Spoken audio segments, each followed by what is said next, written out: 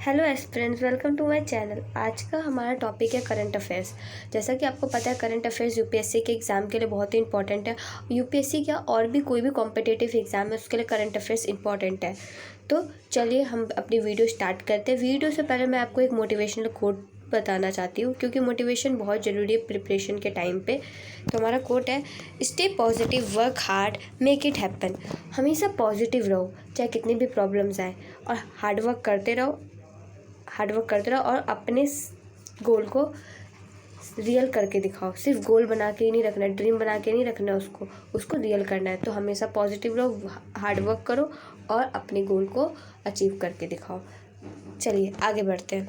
आज हमारा current affairs में जो है हम 14 जून का करंट अफेयर्स के बारे में डिस्कस करेंगे। आज की वीडियो में हम 14 जून 2023 के करंट अफेयर्स के बारे में बात करेंगे। इसमें मैंने कुछ टॉपिक्स रखे जो कि इंपॉर्टेंट है। पहला टॉपिक है हमारा, male centric medicine is affecting women's health.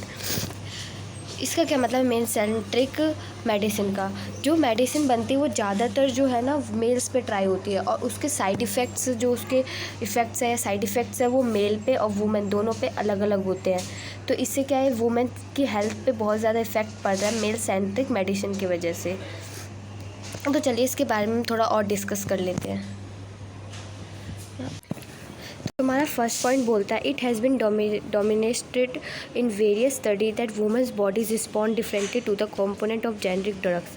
जैसे कि मैंने अभी आपको बताया कि मेल की जो बॉडीज़ है वहाँ पे अलग तरह से रिस्पॉन्ड किया जाता है ये जो मेडिसिन बनते हैं, और जो वुमेन्स की जो बॉडी है वो अलग तरह से रिएक्ट करती है, जिस वजह से क्या है, वुमेन की हेल्थ पे बहुत ज़्यादा ही असर पड़ रहा है। इससे वुमेन को बहुत ज़्यादा नुकसान भी हो रहा है। और अब हम डिस्कस करते हैं सेकेंड पॉइंट के बारे में। According to the study conduct in Tamil Nadu by Nobel laureates Abhijit Banerjee and Esther Duflo along with their research partners, 26% of men and 31% of women age 61 to 70 have symptoms indicating a high likelihood of depression. मतलब जो study की गई थी, किसने की थी study? Tamil Nadu में हुई थी स्टडी। एक नोबल लॉरेट्स अभिजीत बनर्जी है और एक एस्टर डेफुलो है, और उनके साथ उनके रिसर्चर्स पार्टनर भी है। तो इस स्टडी में उन्होंने बताया था कि जो 26% मैन जो है उनमें डिप्रेशंस के वो सिम्टम्स दिखाई दे रहे हैं, जो 31% जो वुमेन है उनमें दिखाई दे रहे हैं डिप्रेशन के सिम्टम्स। तो इससे हम कह सकते हैं कि वुमेन्स जो है, वुमेन्स में ज़्यादा क्या हेल्थ इश्यूज़ हम देख सकते हैं, मेंस में कम होते हैं हेल्थ इश्यूज़। चलिए आगे बढ़ते हैं हमारे थर्ड पॉइंट के साथ। थर्ड पॉइंट हमारा क्या कहता है, चलिए देखते हैं। After study demonstrate that women are less likely to receive appropriate medicines, diagnostic tests and clinical procedure even in developed countries such as Canada and Sweden. मतलब जो स्टडी हुई उसमें ये भी पाया गया, ये भी देखा गया कि जो है वुमेन को मेडिसिन्स की जो अप्रोप्रिएट मेडिसिन नहीं मिल पाती है, उनके डायग्नोस्टिक टेस्ट नहीं हो पाते हैं, क्लिनिकल प्रोसीजर्स उनका कंप्लीट नहीं हो पाता। ये सिर्फ इंडिया में ही नहीं है, और भी जो डेवलप्ड कंट्रीज़ है वहाँ पे भी ये चीज़ें देखी जाती है। जैसे कनाडा एंड स्वीडन की बात करें, वहाँ पे वुमेन के जो है पूरी तरीके से उनका मेडिकल प्रोसेस कंप्लीट नहीं हो पाता है। चलिए आगे बढ़ते हैं। आगे हमारा पॉइंट बोलता है, WHO data show from 2017 show that every day about 808 women died due to complication of pregnancy and childbirth। जो WHO है उनकी जो रिपोर्ट है वो कहती है कि जो एवरी डे जो है, हर दिन 808 वुमेन जो है क्या है, वो अपनी प्रेगनेंसी की कॉम्प्लिकेशन की वजह से या बच्चे को जन्म देने की वजह से क्या है, मर जाती है। ये WHO की रिपोर्ट कहती है। WHO की फुल फॉर्म है वर्ल्ड हेल्थ ऑर्गेनाइजेशन। ठीक है, आई होप आपको ये टॉपिक क्लियर हो गया होगा। कहीं भी डाउट हो तो प्लीज़ कमेंट में ज़रूर बताइएगा, मैं आपके डाउट को सॉल्व करने की कोशिश करूँगी। चलिए अब हम अपने नेक्स्ट करंट अफेयर्स के टॉपिक पे चलते हैं। ये the next finance commission will have a tough task. जैसे फाइनेंस कमीशन जो है, हर स्टेट को एक फाइनेंस कमीशन दिया जाता है कि कितना उस स्टेट में क्या चीज़ पे कितनी खर्च होगा, क्या होगा नहीं होगा। तो एक बहुत ही जो है टफ टास्क है गवर्नमेंट के लिए। तो चलिए अब इसके बारे में थोड़ा सा हम डिस्कस करते हैं। ये भी एक इम्पॉर्टेंट टॉपिक बन जाता है यूपीएससी के एग्ज़ाम के प्रोस्पेक्टिव से। तो चलिए बढ़ते आगे। The government will appoint a finance commission in the next few months to determine how much of the center tax revenue should be given away to state and how to distribute that among state। तो government का काम क्या है, finance जो है, finance commission को कुछ ही महीनों में क्या करेगी, अपॉइंट करेगी, मतलब वो डिटरमाइन करेगी हर स्टेट को कितना टैक्स रेवेन्यू दिया जाएगा और उन स्टेट में कितने टैक्स रेवेन्यू डिस्ट्रीब्यूट होंगे, मतलब टोटल टैक्स रेवेन्यू कितना होगा और स्टेट्स में कितना टैक्स रेवेन्यू बटेगा। ये सब काम क्या करेगी, जो है फाइनेंस कमीशन करेंगी। ठीक है, बहुत ही जल्द ये उनका वो डिटरमाइन करेंगे, क्योंकि ये बहुत ही इंपॉर्टेंट टॉपिक हो जाता है एज ए स्टेट पर्सपेक्टिव। क्योंकि अगर स्टेट को यही नहीं पता होगा कि उनके पास कितनी रिवेन्यू है अपने स्टेट में खर्च करने के लिए, तो वो कहाँ पे वो अपने वर्क को करेगी, कैसे वो अपने स्टेट को डेवलप करेगी। तो टैक्स रिवेन्यू का होना भी ज़रूरी है। चलिए आगे के टॉपिक पे चलते हैं। आगे हमारा पॉइंट बोलता है, currently the centre gives away 41% of its tax pool to the state. जो अभी करंट की हम बात करें तो स्टेट ने जो है, सेंटर ने जो है हर स्टेट को 41% क्या दिया था, टैक्स पोल दिया था। ठीक है, उसके बाद है the first issue of focus for the finance commission should be government spending on what has come to be called fabrics.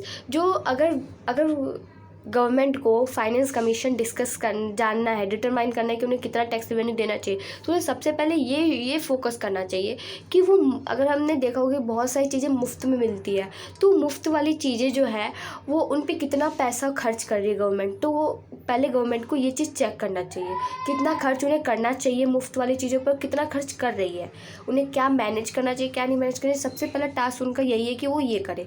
फिर दूसरा इशू उन्हें कहाँ फोकस करना चाहिए, दूसरी चीज़ किस पे फोकस करना चाहिए, वो पढ़ते हैं। The second issue that focus is that एरिगेस practice of by the centre of increasing resorting to the levy of cesses and surcharges rather than raising tax. देखा वो बहुत ज़्यादा जो है कि स्टेट टैक्स को इंक्रीज़ कर देती है। टैक्स को इंक्रीज़ ना करके ये देखे कि वो जो है कोई भी स्टेट जो है वो वहाँ पे क्या चीज़ पे ज़्यादा खर्च कर रही है, कहाँ कहाँ पे उनके पैसे खर्च हो रहे हैं, इस चीज़ पे उन्हें ज़्यादा फोकस करना चाहिए गवर्नमेंट को, ना कि टैक्स को राइज करना चाहिए कि टैक्स रेवेन्यू इंक्रीज हो जाए। नहीं, गवर्नमेंट को ये फोकस करना चाहिए कि जो स्टेट है वो अपने पैसे कहाँ खर्च कर रही है, ताकि जो वो रिवेन्यू जो दे रहे हैं हर स्टेट को वो अच्छे से मैनेज हो सके। अब हम एक स्कीम की बात कर लेते हैं, ICDS स्कीम। ICDS की फुल फॉर्म है integrated child development service. ICDS scheme क्या है, इसके बारे में थोड़ा पढ़ लेते हैं। ICDS जो है टारगेट करता है जो एज ग्रुप है बच्चों के 0 से लेके 6 साल के जो बच्चे हैं, और या प्रेग्नेंट वुमेन है, या लैक्टिंग मदर्स है, या जिनकी कोई माल न्यूट्रिशन की साइकिल वो हो गई है, ब्रेक हो गई है, मॉर्बिडिटी और मोर्टेलिटी के जो है, उनको ये टारगेट करते हैं कि उनको सही से वो प्रोग्रेस कर सके, उनकी डेवलपमेंट सही से हो सके। देखा होगा बहुत सारे बच्चे जो क्या है माल न्यूट्रिशन की वजह से क्या हो जाता है, डेवलप नहीं कर पाते। माल न्यूट्रिशन का मतलब है कि उनको सही अमाउंट में क्या है वो फूड नहीं मिलता, उनको न्यूट्रिशन नहीं मिलता है, जितनी उनको न्यूट्रिशन की ज़रूरत है वो उन्हें नहीं मिलता है। तो ये टारगेट करते हैं इस पर। और मॉर्बिडिटी का मतलब है, जैसा कि आपने देखा होगा कि बहुत से लोग जो डिजीज़ की वजह से उनकी डेथ हो जाती है, तो उनको क्या है, उन वैसे लोगों को ये टारगेट करती है कि उनकी डिजीज़ जो है ठीक हो सके और वो डेवलप कर सके। ठीक है, अब चलिए आगे बढ़ते हैं। An additional anganwadi worker could be added to each of India's 13,99,661 anganwadi centre to lessen the load of these workers.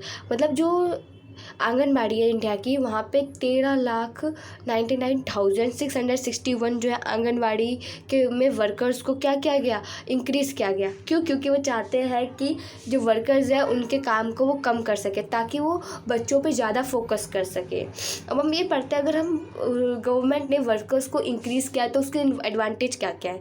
उसके एडवांटेज, पहले एडवांटेज देख लेते हैं। It would lead to better health and education outcomes. जो है बच्चों की हेल्थ कंडीशन अच्छी होगी, और जो एजुकेशन है उस पर भी आउटकम्स दिखाई देंगे, उस पर भी पॉजिटिव आउटकम्स दिखाई देंगे। क्यों? क्योंकि अगर बच्चों की हेल्थ अच्छी है तो वो स्टडी पे भी ज़्यादा फोकस कर सकेंगे। दूसरा पॉइंट कहता है, children who remained enrolled also exhibited reduce rates of child stunning and server mall nutrition.